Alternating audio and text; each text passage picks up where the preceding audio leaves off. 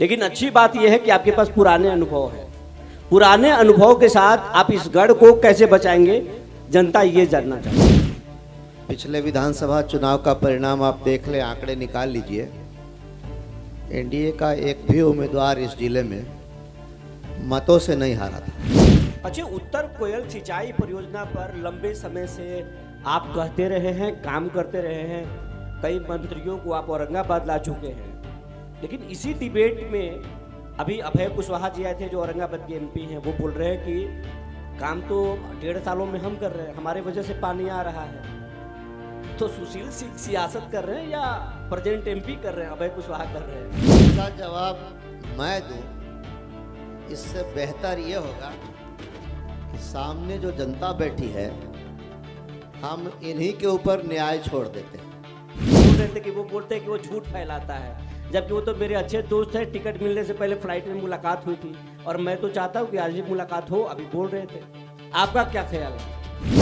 हम इन चीज़ों में अपना समय बर्बाद करना नहीं चाहते। कोई टारगेट करता है, कोई हमला करता है, लेकिन सुशील सिंह एक बात भी नहीं बोलते। ये स्ट्रैटेजी है या वाकई में समय की कमी है?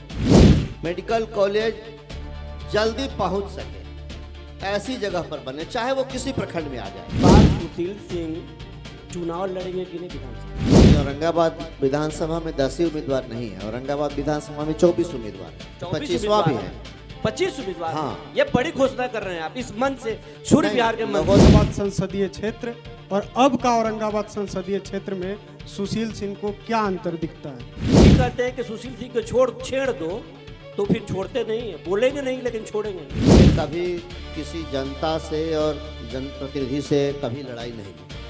हाँ, कभी कभी कोई टकरा जाता है, कोई अधिकारी टकरा गया तो फिर अब तो भाई चैलेंज किसी ने दे दिया तो चैलेंज स्वीकार करना जरूरी है। सदर विधानसभा में 10 उम्मीदवार है, बहुत पार्टी में अंतरकलह है, इसको आप किस रूप में देखते हैं? नहीं, औरंगाबाद विधानसभा में 10 ही उम्मीदवार नहीं है, औरंगाबाद विधानसभा में 24 उम्मीदवार, 25वां भी है। लोग तो कहते हैं, लोगों का मानना तो कि सुशील सिंह बड़ा मेही काटते हैं। क्या करते हैं? बड़ा मेही काटते हैं। कैसे हैं सर? अच्छे हैं। ये एनडीए का गढ़ था या गढ़ था, और अभी जो स्थिति है वो, चाहे वो शाहाबाद कह लीजिए, वो मगध कह लीजिए, इस पूरे इलाके में अधिकांश जो सीट है उस पर महागठबंधन का कब्जा है। ये आपके लिए बड़ी चुनौती है। लेकिन अच्छी बात यह है कि आपके पास पुराने अनुभव है। पुराने अनुभव के साथ आप इस गढ़ को कैसे बचाएंगे, जनता ये जानना चाहती है।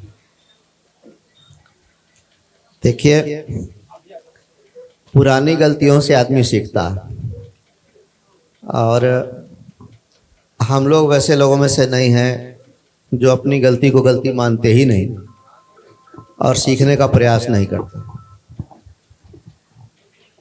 पिछले विधानसभा चुनाव का परिणाम आप देख ले, आंकड़े निकाल लीजिए। एनडीए का एक भी उम्मीदवार इस जिले में मतों से नहीं हारा था। हम हारे थे हमारे ही मत के विभाजन के चलते। लेकिन इस बार परिस्थिति अलग है।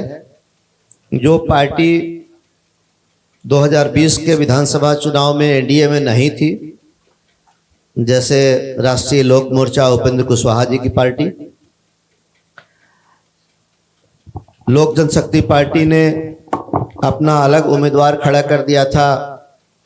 एनडीए में रहकर एक पार्टी के उम्मीदवार जहां जहां थे, और इस जिले में 4 उम्मीदवार उस पार्टी के थे।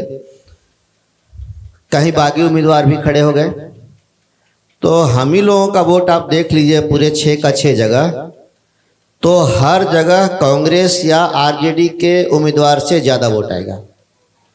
इसलिए हम कह रहे हैं, उसी आधार पर कह रहे हैं कि हम लोग वोट से नहीं हारे, हम वोट के डिवीजन के चलते हार गए। इस बार इस गलती को हम लोगों ने समझा है, और लोक जनशक्ति पार्टी, राष्ट्रीय लोक मोर्चा, ये तो एनडीए का पार्ट है, अब वो चीज़ नहीं दोहराया जाएगा।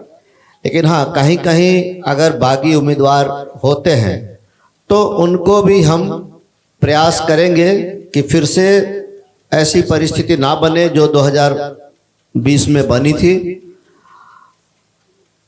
काम के आधार पर और जनता की सुविधा के आधार पर देखेंगे तो हम लोगों का मत और बढ़ा है, इसलिए हम आश्वस्त हैं। लेकिन इसका मतलब ये नहीं कि हम फील गुड में हैं और हम मेहनत नहीं करेंगे।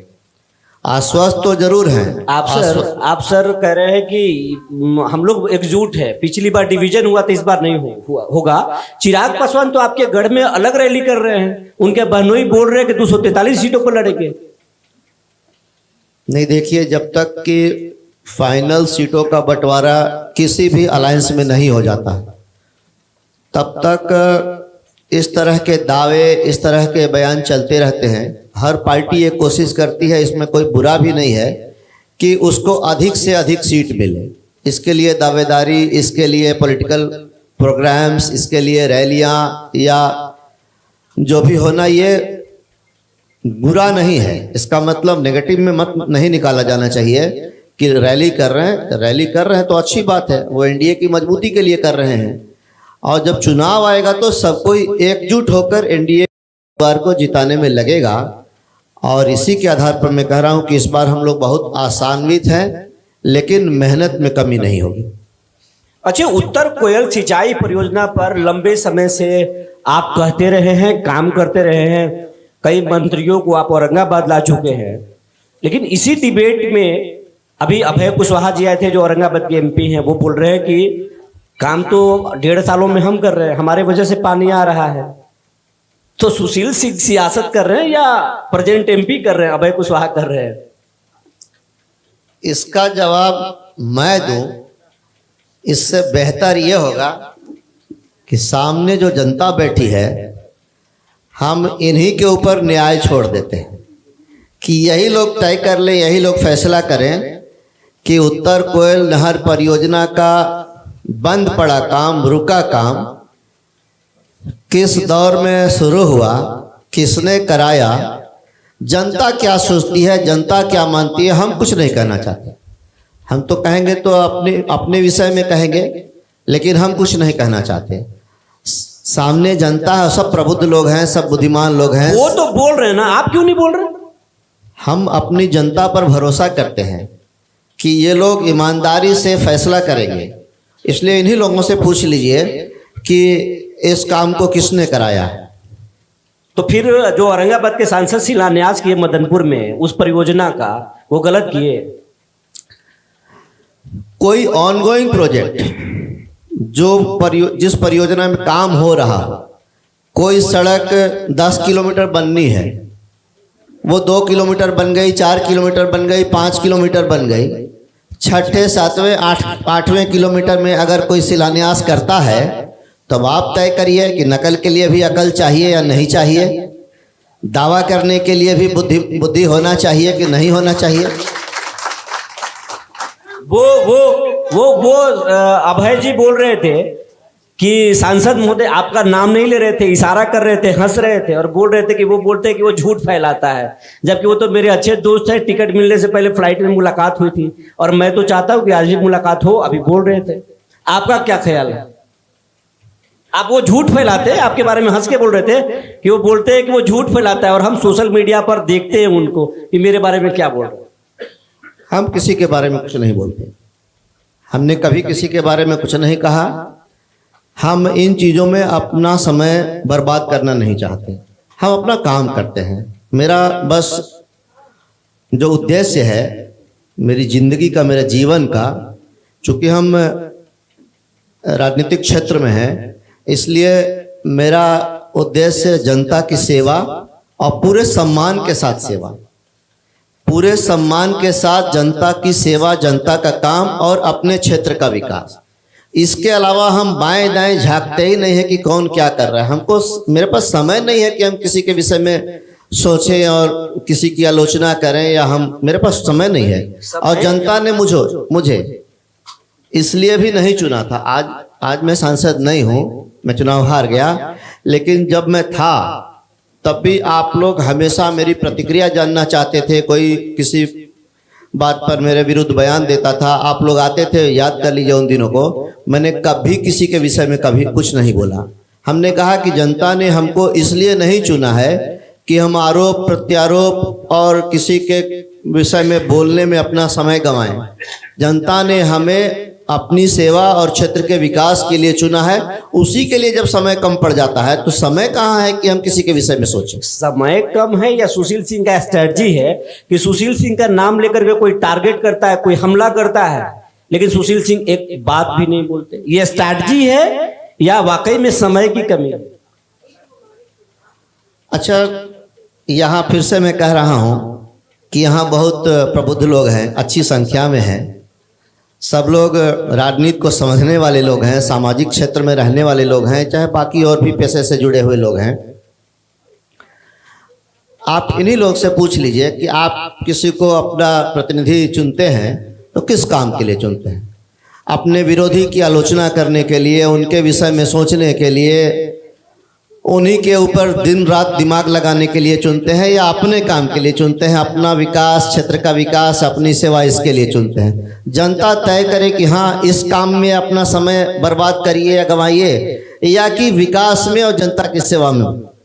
तो ये मेरी स्ट्रैटेजी नहीं है, जनता की सोच है। एनडीए के कई नेता हों या फिर महागठबंधन के नेता हों, वो तो बोल बोल के बड़े ऊंचे हो गए। कोई मंत्री बन गया और कोई बड़ा ऊंचा ओहदा पा लिया। सुशील सिंह ऐसा क्यों नहीं करते? ये मानते हैं कि ऐसा करने से ठीक नहीं होता?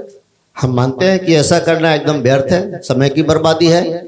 अपना काम करिए और फिर आपको जनता उसका रिटर्न देती है। औरंगाबाद की महान जनता ने बहुत रिटर्न दिया, मैं इससे बिल्कुल संतुष्ट हूँ। और मैं इस बात पर मुझे एक बात की खुशी जरूर है। अच्छा लगता है मुझे कि किसी की जीत से ज्यादा चर्चा किसी की हार की हो, तो ये बहुत संतोष वाली बात है। तो क्या आप क्या कहना चाहेंगे? यहाँ पर अभय कुशवाहा की जीत हुई है या सुशील कुमार से कुछ भूल हुई है? देखिए, ये तो जनता का फैसला था। जनादेश को हम सिरोधार्य करते हैं, उस पर कोई टिप्पणी नहीं, कोई प्रतिक्रिया नहीं, कोई नाराजगी नहीं। यही जनता कभी सर पे बिठाती है, कभी लगता है कि नहीं, अब किसी और को मौका देकर देखना चाहिए, शायद इनसे भी अच्छे हो जाएं। तो जनता का जो फैसला है, जो जनादेश आया, उस पर कोई प्रतिक्रिया मेरी नहीं है, ना कोई शिकायत है किसी से। जनादेश जनादेश है। लोकतंत्र में जनता मालिक है, जनता ही सर्वोपरि है। इसलिए जनादेश का हम सम्मान करते हैं। और मैं कई बार चुनाव जीता, कई बार हारा भी, लेकिन कभी अपनी जनता से और जनता की सेवा से मैंने मुख नहीं मोड़ा। औरंगाबाद के 2-3 मुद्दे बहुत हॉट मुद्दे हैं। एक तो अभी बात हो रही है मेडिकल कॉलेज, हर जुबा पर वो बात है। कोई कह रहा है देव में बनेगा, कोई बोल रहा है मदनपुर बनेगा, कोई देवकुंड ले जा रहा है, कोई बारूण ले जा रहा है। बनेगा कहाँ पर आपको तो पता होगा? नहीं, मुझे नहीं पता है कि कहाँ पर बनेगा, तो सरकार तय करेगी कहाँ पर बने। आप कहाँ चाहते हैं? देखिए, इसमें अगर पॉलिटिक्स को किनारे करिए तो एक सामान्य नागरिक का जो विचार होना चाहिए, मैं खुलकर इस बात को कहना चाहता हूं। हो सकता है कि कोई इससे नाराज हो सकता है कोई खुश भी हो, लेकिन बिल्कुल स्पष्ट रूप में इस सवाल से मैं भाग नहीं रहा और बिल्कुल स्पष्ट जवाब भी दूंगा। औरंगाबाद जिले की जनसंख्या अभी 30 लाख के आसपास होगी। 2011 के सेंसस में 25 लाख कुछ हजार था, तो बढ़कर 30 लाख के आसपास हुआ होगा। औरंगाबाद शहर की जनसंख्या 2 लाख के आसपास है, तो लगभग 7% लोग अकेले औरंगाबाद शहर में रहते हैं, पूरे जिले के। मेडिकल कॉलेज सरकार ने, माननीय मुख्यमंत्री जी ने औरंगाबाद जिले को दिया। इसको पंचायत या प्रखंड की राजनीति का विषय नहीं बनाया जाना चाहिए। जहां सबसे ज्यादा जनसंख्या रहती है और मेडिकल कॉलेज वैसी जगह पर बने जहां वहां जाने वाले बीमार लोगों के लिए वो पहुंच आसान हो। सौभाग्य से औरंगाबाद जिला मुख्यालय 2 नेशनल हाईवेज का जंक्शन है। एक दिल्ली कोलकाता NH 1919 और दूसरा पटना औरंगाबाद हरिहरगंज पड़वा मोड़ NH 139, दोनों का जंक्शन है।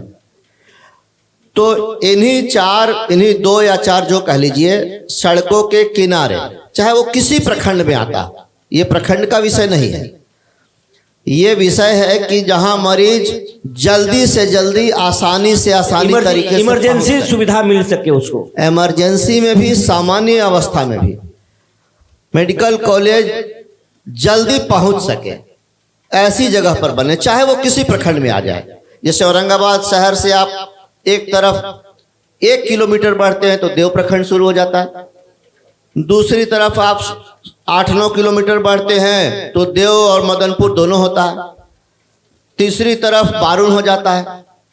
तो औरंगाबाद मुख्यालय जो है वो कई प्रखंडों के बीच में है, इसी में से चाहे जहां बने। लेकिन आप ऐसा बोल रहे हैं, लेकिन जानकारी तो ये है कि कई विधायक नारियल लेके गाड़ी में घूम रहे हैं।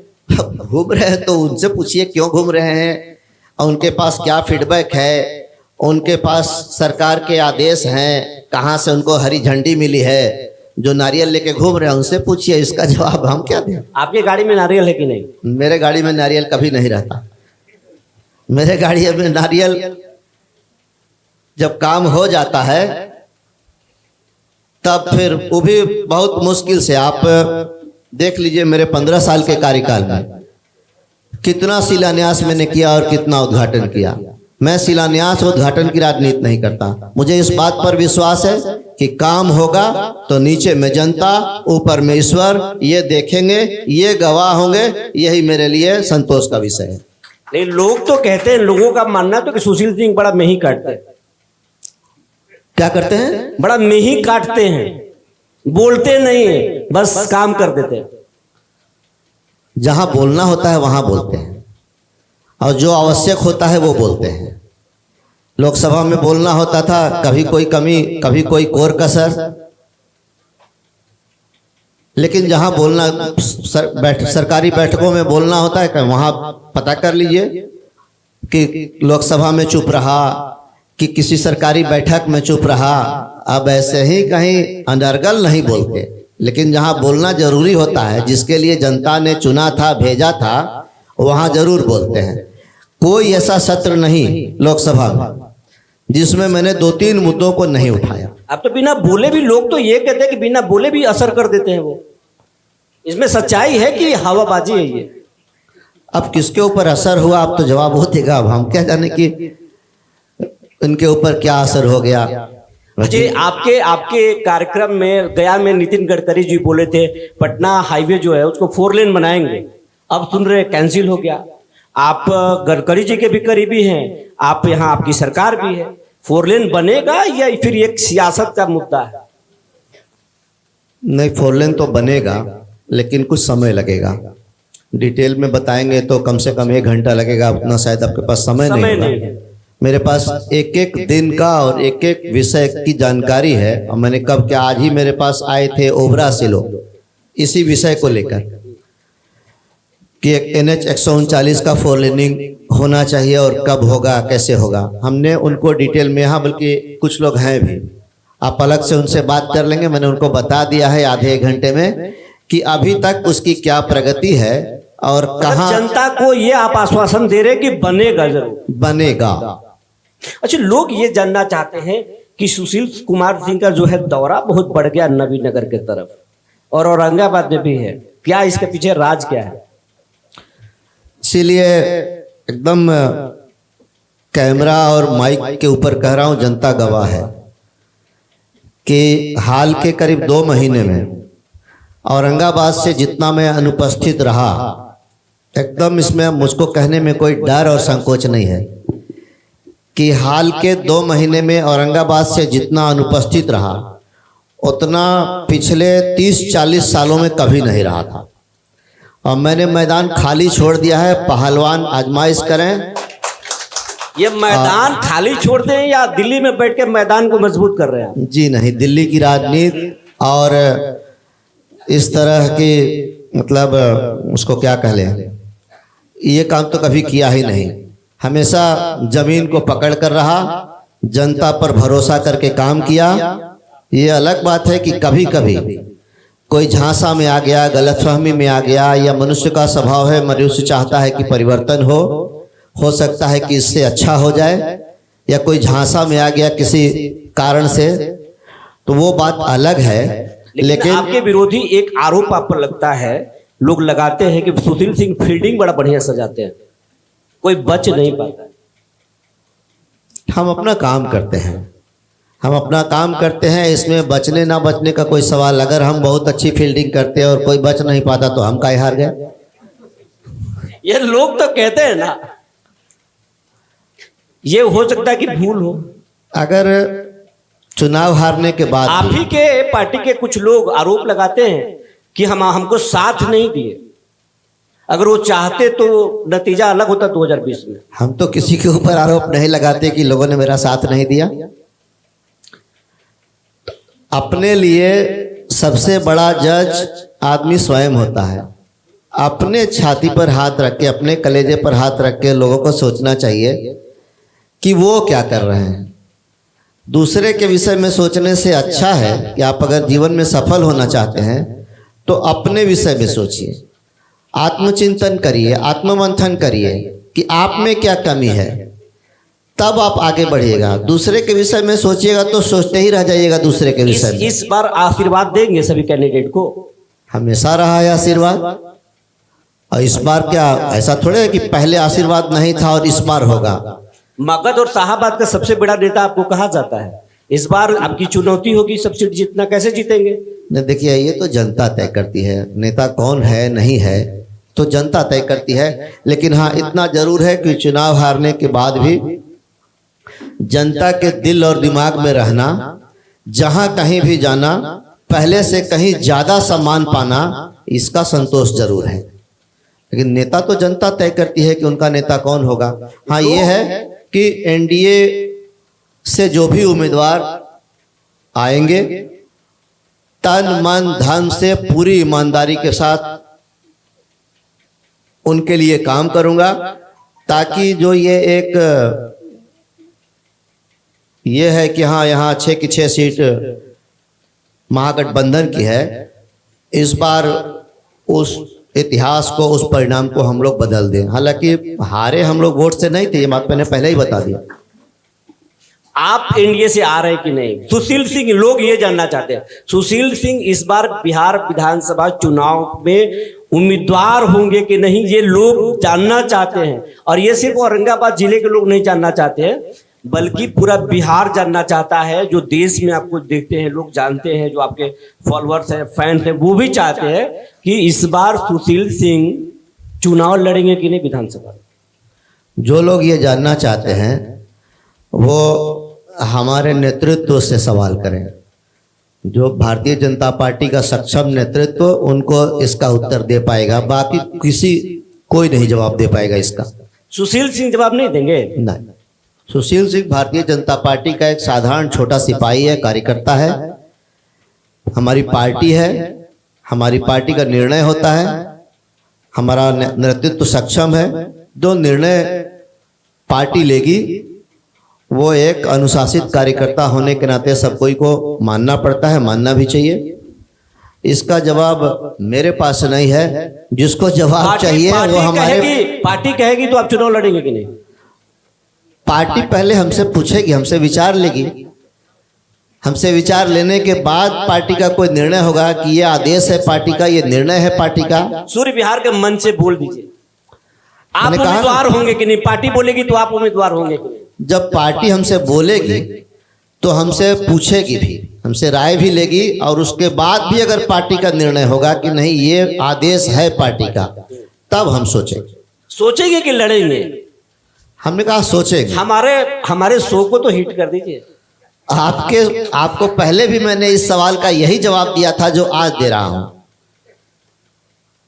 अच्छा, ये चर्चाएं दो तरह की है। कुछ लोग कह रहे हैं कि नबीनगर से चुनाव लड़ना फाइनल हो गया है। क्यों किसी का? कुछ लोग कह रहे हैं कि औरंगाबाद सदर से लड़ेंगे। क्यों किसी का बीपी आप हाई कराना चाहते हैं? क्या दुश्मनी है आपको उन लोगों से? सामने संजीव जी बैठे हुए, तो काहे किसी का आप बीपी हाई कराना चाहते हैं? क्या फायदा मिलेगा आपको इससे? जो होगा होगा, छोड़ दीजिए उस पे। इस चर्चे में दम है। समय पर कुछ सवाल ऐसे भी होते हैं जिनका जवाब समय अपने आप दे देता है, तो आपको आपके सवाल का जवाब समय पर स्वयं मिल जाएगा, अपने आप मिल जाएगा। अगर सुशील सिंह को पार्टी मौका देती है, जनता मौका देती है, अगर सरकार आपकी आती है, तो सुशील सिंह की भूमिका सरकार में क्या होगी? देखिए, कोई जरूरी नहीं कि जनता का काम करने के लिए पद पर ही रहे आदमी। हाँ, थोड़ा सा फर्क पड़ता है। जहाँ एमएलए का, एमएलसी का, एमपी का, मुखिया का, प्रमुख का, जहाँ हस्ताक्षर उन्हीं का लगना हो, वहाँ दिक्कत आती है। थोड़ा सा लगता है कि आज की परिस्थिति ऐसी नहीं है, लेकिन बाकी जो काम मुहज़बानी होना है, बाकी जो काम प्रयास से होना है, उसमें कोई कमी नहीं। वो आज भी वैसे ही हो रहा है। और मैं धन्यवाद करना चाहूँगा जिले के अधिकारियों का, जिले से लेकर प्रदेश और प्रदेश से लेकर केंद्र तक के अधिकारियों का। आपके चैनल के माध्यम से धन्यवाद करना चाहूँगा कि कम से कम इतना मान देते हैं लोग, इतना रसूख है कि जिनको कोई काम कह दिया, काम यदि गलत नहीं है, काम यदि उचित है, नियमानुकूल है, तो लगभग हो ही जाता है। इसलिए कोई जरूरी नहीं है कि जनता का काम करिए। तो एक बहाना है, ये तो एक बहाना है, और जनता छोड़ती भी नहीं है। हम तो कभी कभी कहकर भी देखे हैं, जैसे आज ही आज ही मेरे पास नहीं छोड़ते हैं। जनता नहीं छोड़ती कि सुशील सिंह नहीं छोड़ते हैं? जनता नहीं छोड़ती है। जनता लोग तो ये भी कहते हैं कि सुशील सिंह को छेड़ दो, तो फिर छोड़ते नहीं है। बोलेंगे नहीं, लेकिन छोड़ेंगे नहीं। हमने कभी किसी जनता से और जनप्रतिनिधि से कभी लड़ाई नहीं ली। हाँ, कभी कभी कोई टकरा जाता है, कोई अधिकारी टकरा गया, तो फिर अब तो भाई चैलेंज किसी ने दे दिया तो चैलेंज स्वीकार करना जरूरी है। अब उसको कैसे छोड़ के भाग सकते हैं? सुशील जी, आपके चुनावों को ही लेकर के एक छोटा सा सवाल। आपकी छवि जो है औरंगाबाद जिले में हमेशा जनता के लिए उपलब्ध रहने वाले नेता के रूप में हमेशा से रही है। जी धन्यवाद। फिर भी आपका ये परिणाम जो है आशाओं के अनुकूल नहीं रहा। इसके लिए आप भाजपा की अंदरूनी कलह को जिम्मेवार मानते हैं या राजद के सोशल इंजीनियरिंग को? नहीं, हम अंदरूनी कलह को तो जिम्मेवार नहीं मानते। परिस्थिति थी, कभी कभी पब्लिक परसेप्शन ऐसा है। पब्लिक परसेप्शन चाहे जो हो, कलह तो सामने चुनाव में दिख भी रहा था। आप लोग कहिए, मुझे नहीं लगता और मैं ऐसा नहीं कह सकता, लेकिन कोई ऐसा स्पष्ट कारण नहीं था। काउंटिंग के पहले दूसरे चरण तक ऐसा नहीं लगा कि हम लोग चुनाव हार रहे हैं, लेकिन अंततः परिणाम तो आया कि चुनाव हार गए। लेकिन कहीं ऐसी परिस्थिति नहीं थी। हाँ, दो चार बात जरूर, एक दो बात जरूर है। नहीं, हार के बाद आपने समीक्षा की होगी। ये दोनों अगर हम लोग पैरामीटर पे चेक करें आपके परिणाम को, तो आपको क्या लगता है कि अंदरूनी कलह जो घटक दल हो, आप भाजपा की बात छोड़ दीजिए, घटक दल जो आपके साथ थे, उनके बीच में समन्वय का अभाव भी कर सकते हैं, या राजद ने ज्यादा बेटर सोशल इंजीनियरिंग की? क्या लगता है? देखिए, ना तो बेटर सोशल इंजीनियरिंग की, ना ही अंतर कलह था। एक फ्रॉड जरूर हुआ जनता के साथ। इंडी अलायंस के लोगों ने, जिसमें सबसे बड़ी पार्टी नेशनल लेवल पे कांग्रेस है, उन लोगों ने बहुत अच्छी तैयारी के साथ एक कॉन्स्पिरेसी करते हुए जनता को भ्रमित भी किया, झूठे वायदे भी किए, और ये कहा गया कि संविधान खतरे में है, आरक्षण खत्म हो जाएगा। तो जो आरक्षित वर्ग है उनको ऐसा लगा कि अगर फिर से मोदी जी आ गए तो हम लोगों का जो रिजर्वेशन है ये खत्म हो जाएगा। नंबर एक। नंबर टू, कांग्रेस पार्टी के पास वर्कर तो नहीं है, लेकिन उनका ये काम राष्ट्रीय जनता दल के लोगों ने किया और इस चीज को एकदम नीचे तक पेनिट्रेट करा दिया। एक जाली फॉर्म बंटवाया गया, उसमें था कि अगर आप वोट करेंगे और सरकार बनेगी तो 8,500 रुपया महीना एक महिला को और एक नौजवान को 1 लाख रुपए तक मिलेंगे। इसका भी असर हुआ। चुनाव के बाद वो फॉर्म लेके हमारे पास लोग आए कि ये फॉर्म हम लोग को मिला था, तो इसका असर और संविधान खतरे में आ जाएगा, रिजर्वेशन खत्म हो जाएगा, इस तरह से लोगों को ठगा गया, भ्रमित किया गया। तो इसका कहीं ना कहीं असर हुआ। बाकी ना तो कोई अंतर कला था, ना बहुत बेटर मैनेजमेंट था उनका, ना ही कोई उनकी बहुत रणनीति थी। हाँ, ये रणनीति जरूर थी जनता में भ्रम फैलाने की, और ये इतना लास्ट मोमेंट पर हुआ कि इसका फिर कोई हम लोग बचाव नहीं कर सके और हम लोग समझ भी नहीं सके, क्योंकि ये बहुत गुप्त तरीके से हो रहा था, जिसके कारण परिणाम ऐसा आया। अच्छा, आगे विधानसभा चुनाव है जी। आपके गठबंधन में 2 दल ऐसे हैं जो दावा करते हैं कि दलित के सबसे बड़े नेता हम ही हैं, जैसे कि चिराग पासवान और जीतन राम मांझी जी। आपकी नज़र में दोनों में से ज़्यादा बड़ा दलित चेहरा कौन है? दलित नेतृत्व की हिस्सेदारी किसके पास है? नहीं, देखिए, सब अपने अपने जगह पे बड़े नेता हैं, सबकी अपनी अपनी पहचान है, छाप है, पकड़ है। कोई बड़ा नेता, कोई छोटा। जब सारे लोग एनडीए में हैं तो सब लोग मिलके चुनाव लड़ेंगे, सब लोग एक दूसरे के उम्मीदवार का समर्थन करेंगे, उनकी मदद करेंगे। नहीं, तो खासकर इन दोनों में दिशाहीनता साफ साफ दिखाई देती है। कोई दिशाहीनता नहीं है। मैंने पहले ही कहा ना कि ये सब तब तक है जब तक कि टिकट का बंटवारा नहीं हो जाता। ये सारी दावेदारी कि हम बड़े नेता इसलिए है कि हमारी पार्टी को अधिक सीट मिले। जिस दिन ये तय हो जाएगा कि 243 में किसको कितनी सीटें मिली, उसके बाद सब लोग उस उम्मीदवार को जिताने में लग जाएगा। अच्छा, विपक्ष जो है इस समय भ्रष्टाचार जो एकदम लोकल लेवल पे है और अपराध के बढ़ने को लेकर बहुत हमलावर है, क्या करना चाहेंगे?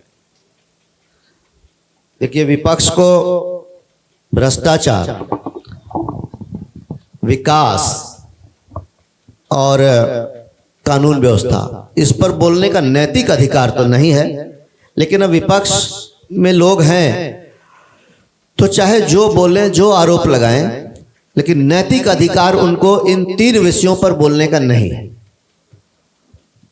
सर, कुछ सवाल हम भी लेना चाहेंगे। जब आप औरंगाबाद के सांसद थे तब का औरंगाबाद संसदीय क्षेत्र और अब का औरंगाबाद संसदीय क्षेत्र में सुशील सिंह को क्या अंतर दिखता है? मुझे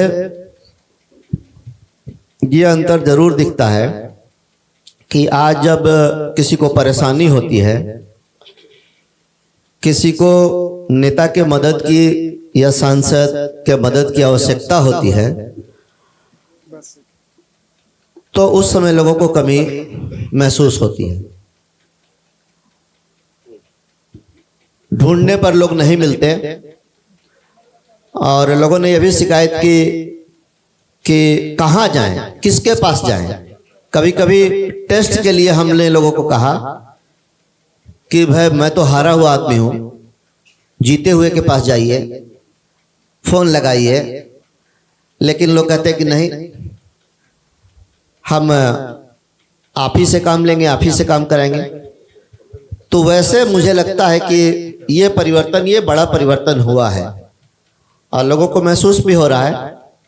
अब ये बात अगर हम अपने से कहेंगे तो लगेगा कि आप दूसरे की शिकायत कर रहे हैं, अपनी प्रशंसा करना चाहते हैं।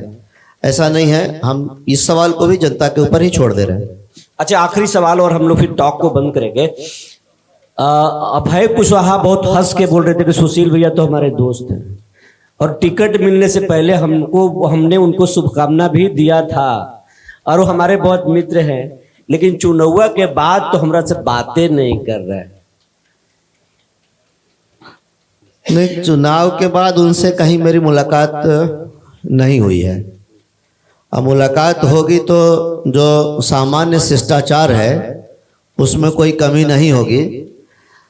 जब ये तो नए नए आए हैं, जिनके साथ 2 चुनाव में आमने सामने लड़ा, आदरणीय निखिल बाबू। उनकी पत्नी के साथ भी मैं चुनाव लड़ा, उनके पिताजी के साथ पूज्य छोटे साहब के साथ भी मैं चुनाव लड़ा। 96 का चुनाव जो मेरा पहला लोकसभा का चुनाव था, उसमें 3 उम्मीदवार थे। जीतने वाले उम्मीदवार वीरेंद्र सिंह, नंबर 2 छोटे साहब और नंबर 3 सुशील। और उसके एक जनरेशन पहले जाइए, मेरे पिताजी और छोटे साहब दोनों का चुनाव हुआ 89 में और 91 में। 89 में स्वर्गीय श्यामा जी चुनाव लड़े, 91 में आदरणीय छोटे साहब लड़े। उसके बाद 99 में चुनाव श्यामा जी लड़ी, वो जीती, मैं हारा। 4 में निखिल बाबू लड़े, वो जीते, हम हारे। 9 में और 14 में निखिल बाबू चुनाव लड़े और हम भी लड़े, हम जीते। जब उस परिवार से मेरा किसी भी तरह का, हम यहाँ बैठे, आप जाकर निखिल बाबू से मेरे विषय में पूछ लीजिए कि सामान्य शिष्टाचार में उनको सम्मान देने में या उनके ऊपर कभी कोई व्यक्तिगत आरोप लगाया हो, कभी। इसी हॉल में आज से कुछ दिन पहले किसी कार्यक्रम में हम लोग साथ थे, जनता ने देखा उनका व्यवहार मेरे प्रति कैसा था और मेरा व्यवहार उनके प्रति कैसा रहता है। तो जब हम जो 2 जनरेशन से जिसके साथ पॉलिटिकल राइवलरी चल रही है, उस परिवार के साथ मेरा खटास का या इस तरह का संबंध नहीं है। जब उनके यहाँ उनकी माता, जब श्यामा जी बीमार थी हॉस्पिटल में दिल्ली में, उनको वहां देखने गया। जब उनका निधन हुआ पटना में, उनके आवास अच्छा रहा समय अच्छा रहा। आखिरी सवाल लेंगे और जल्दी से जवाब जानेंगे।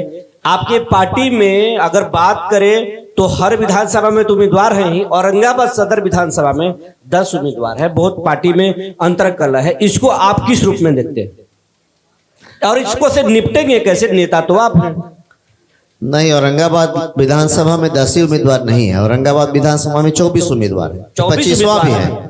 25 उम्मीदवार। हाँ। ये बड़ी घोषणा कर रहे हैं आप इस मन से, सूर्य बिहार के मन लोगों ने पार्टी में जो आवेदन दिया है और हमें जो जानकारी मिली है उसमें 22 थे, 2 और बढ़ गए हैं, शायद 1 और बढ़ गए हैं, तो 25। इसको हम इस रूप में लेते हैं कि हमारी पार्टी सबसे मजबूत, सबसे लोकप्रिय है, तब तो 25 उम्मीदवार हैं, टिकट के दावेदार हैं, मांगने वाले हैं। आप किसके साथ जाएंगे? इसको अंतर कलह नहीं मानते, इसको ये मानते हैं कि हमारी पार्टी सबसे पॉपुलर है। हमारे नेता जो दुनिया के सबसे बड़े नेता हैं, आदरणीय मोदी जी जो देश के प्रधानमंत्री हैं, और बिहार में विकास पुरुष आदरणीय नीतीश कुमार जी माननीय मुख्यमंत्री हैं, इनकी लोकप्रियता, इनकी कर्मठता के चलते पार्टी इतनी आज मजबूत है और लोकप्रिय है, इसलिए इतने उम्मीदवार हैं। इसका मतलब अंतर कलह नहीं होता। लोकसभा में कितने उम्मीदवार थे? लोकसभा में शायद 2-3 थे। दिल्ली में तो रहते होंगे लोग, फ्लाइट पे जाते होंगे आपके साथ।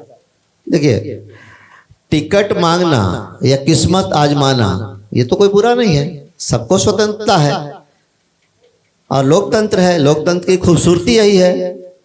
लोकतंत्र में अगर कोई एक ही आदमी के नाम से कहीं कोई रजिस्ट्री थोड़े होता है, तो मांगने का हक है और होना भी चाहिए। यही तो लोकतंत्र की खूबसूरती है।